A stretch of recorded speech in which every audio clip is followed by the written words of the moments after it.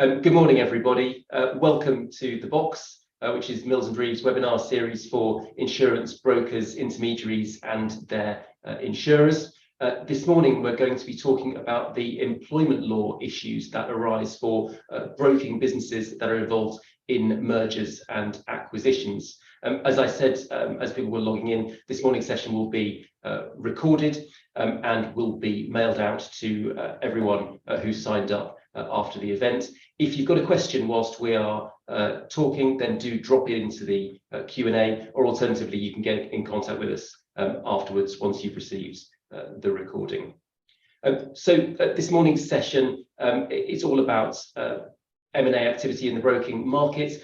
We'll all be aware that there has been an awful lot of consolidation in the market from global and large national brokers buying up smaller retail and boutique brokerages. There's also an awful lot of private equity funding out there in the market to enable these acquisitions to take place. So it's a really hot topic in the market, and today's conversation follows on from a webinar that we produced at the back end of last year, which was all about the corporate law issues that arise. And today we're going to move on to talk about employment law. So I am delighted to be joined by my colleague Andrew Secker. Andrew is a partner in our employment team based in London and has a lot of experience of acting for brokers and other insurance businesses. So ideally placed, I think, to come and talk to us about these issues. Morning, Andrew. Hey, thank you very much for having us along to The Box today. Great stuff. Well, so should we kick off with a pretty broad question to get into it? What are the issues that arise when one broking business acquires another, in your view?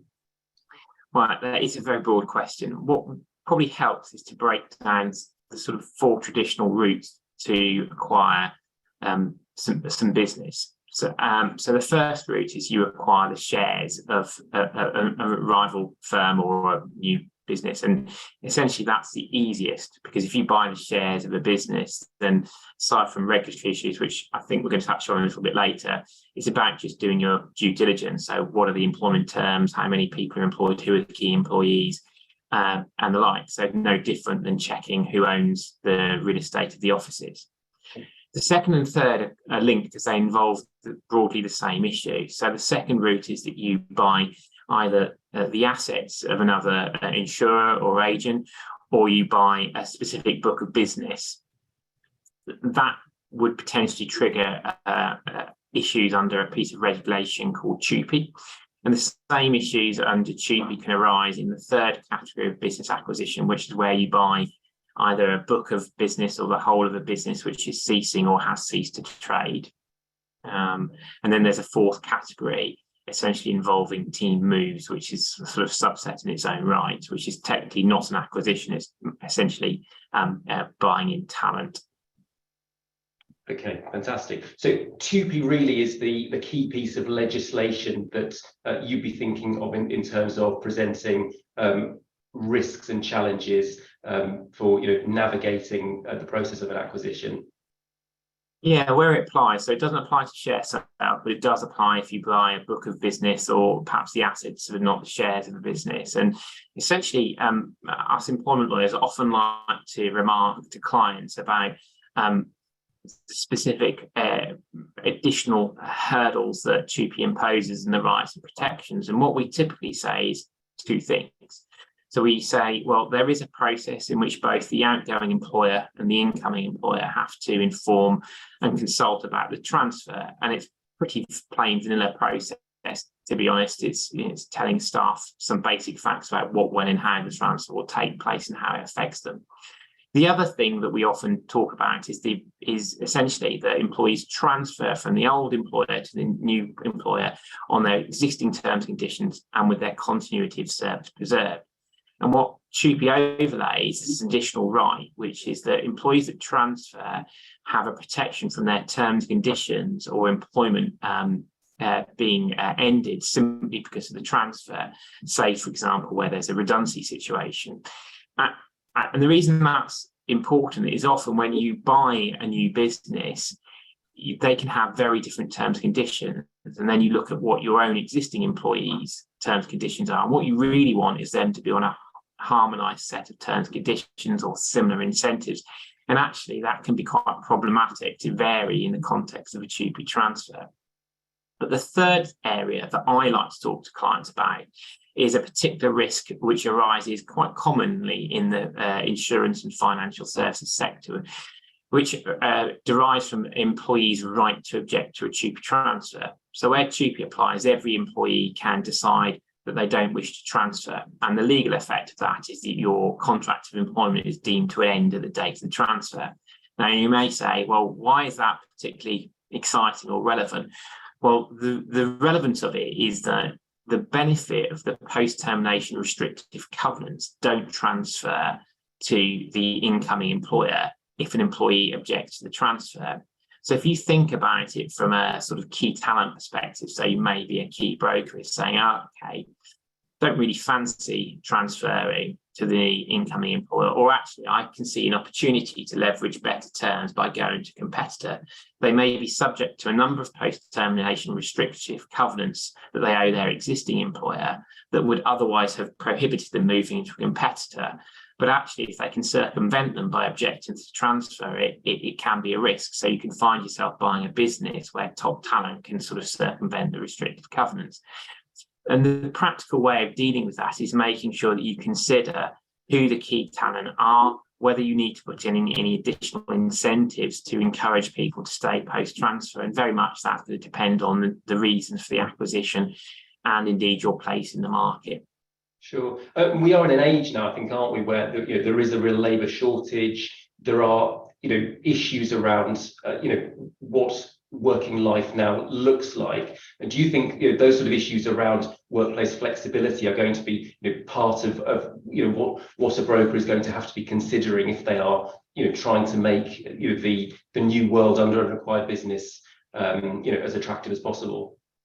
I think so. I can't quite remember which survey quoted it, but there's something like 7 out of 10 people move because of workplace flexibility, and whether that's the overfocus we have on remote working, which those of us that do essentially computer-based work can all do. But what about those organisations where you can't be flexible about where you work? Like if you're working in the Lloyd's building, can you be flexible in other ways around starts and finish times? But that is part of the overall puzzle piece that you have whenever you're buying a business, whether it's shared sales or TUPE transfer. Of how do you retain the best of talent? Yeah, and the Lloyd's issue is the one that I had in my mind, and and a lot of brokers that I work with have got a real tension between the desire for more flexibility and the need to be on the ground actually doing business in Lloyd's. So it's a particular challenge, I think. Yeah. Okay, and just whilst we're talking about permissions and various parties that can give authority, a neat segue into just touching on regulatory issues that may apply. I'm sure there are a variety that do hit on the employment landscape, but particularly we know brokers are FCA regulated businesses. Where the control in an FCA regulated business is going to change. So where one party is going to acquire the other, FCA approval is required.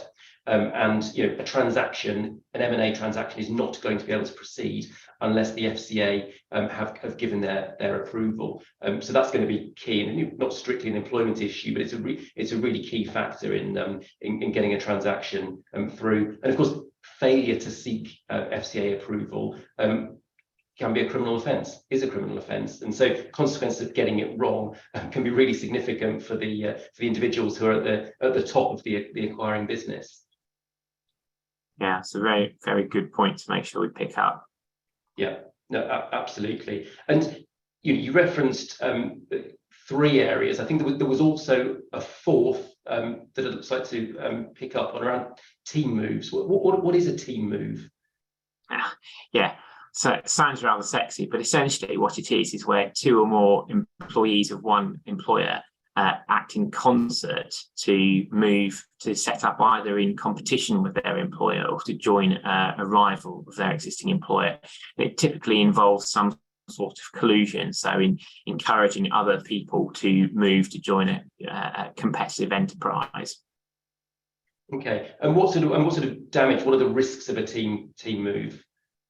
Well, before we say about risks, it's fair to say actually there can be some good opportunities. So I've acted for some employers where actually the team looking to move, they were rather pleased the team was moving, because actually it was no longer core to what the strategy was. But often the issues you have with a team move is you see a loss of profit, you see some loss of some key talent, but also it can have wider reputational damage internally as well as externally. So often team moves are reported in the insurer press. But if you can imagine, say, a specialist area, so a particular book of business is poached and it's one of a number of book of businesses, what message does it say to the others? Does it then encourage other team moves or people to be thinking about their long-term future? So it can be potentially damaging to an organisation, depending on the nature of the team moving. Sure. And it seems to me it might be a particular risk in a market like broking, which is such a sort of a closely interconnected industry, where actually, brokers from different businesses, will have close relationships. The ability to facilitate the dialogues that might then trigger a team move are perhaps more acute than in some sectors. Yeah, it's no surprise that team move cases predominantly focus on the insurance, which for us restrictive covenant contract cases nerds is quite a nice change, because a lot of the non-compete started with hairdressers and milkmen, so it's quite nice to have some more modern areas to focus the cases on. Just finally, can we talk about some practical issues around how you can protect client relationships, confidential information? What can you actually do to put yourself in the best possible position?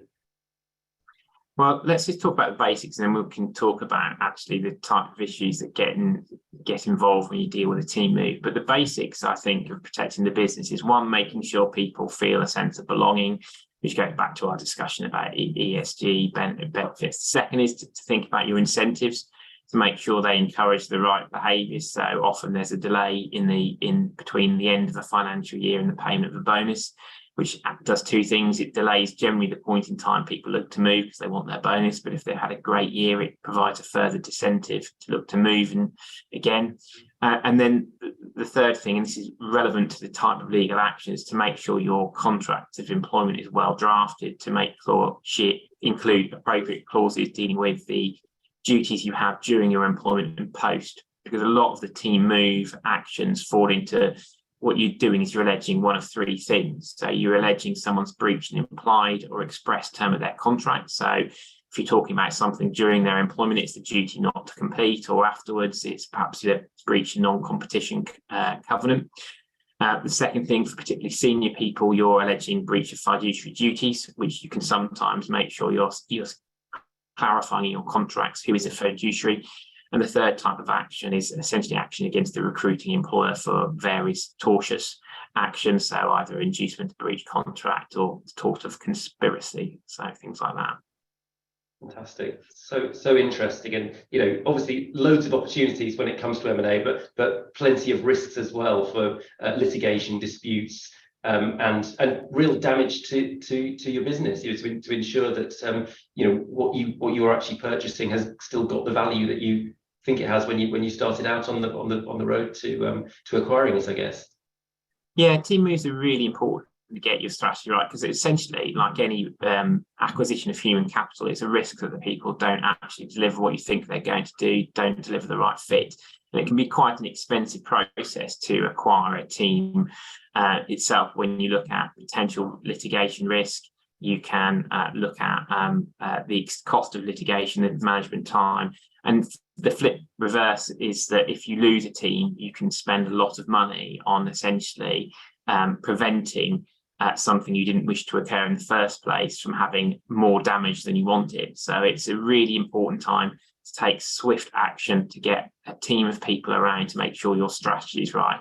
But crucially, also thinking about your plan B. So if whether you're the acquirer or the recruit or the existing employer, what compromise could you accept to resolve a team move issue without it causing as much damage as it could do for you? Sure, no, understood. Well, I found that really interesting because employment law is not my area, and I hope that everyone watching in the homes and offices has found it interesting as well. Thank you, Andrew, for joining us. For now, that's all from us. Thank you very much for watching. Thanks to Andrew, and we will see you next time. Bye. Thanks so much. Bye.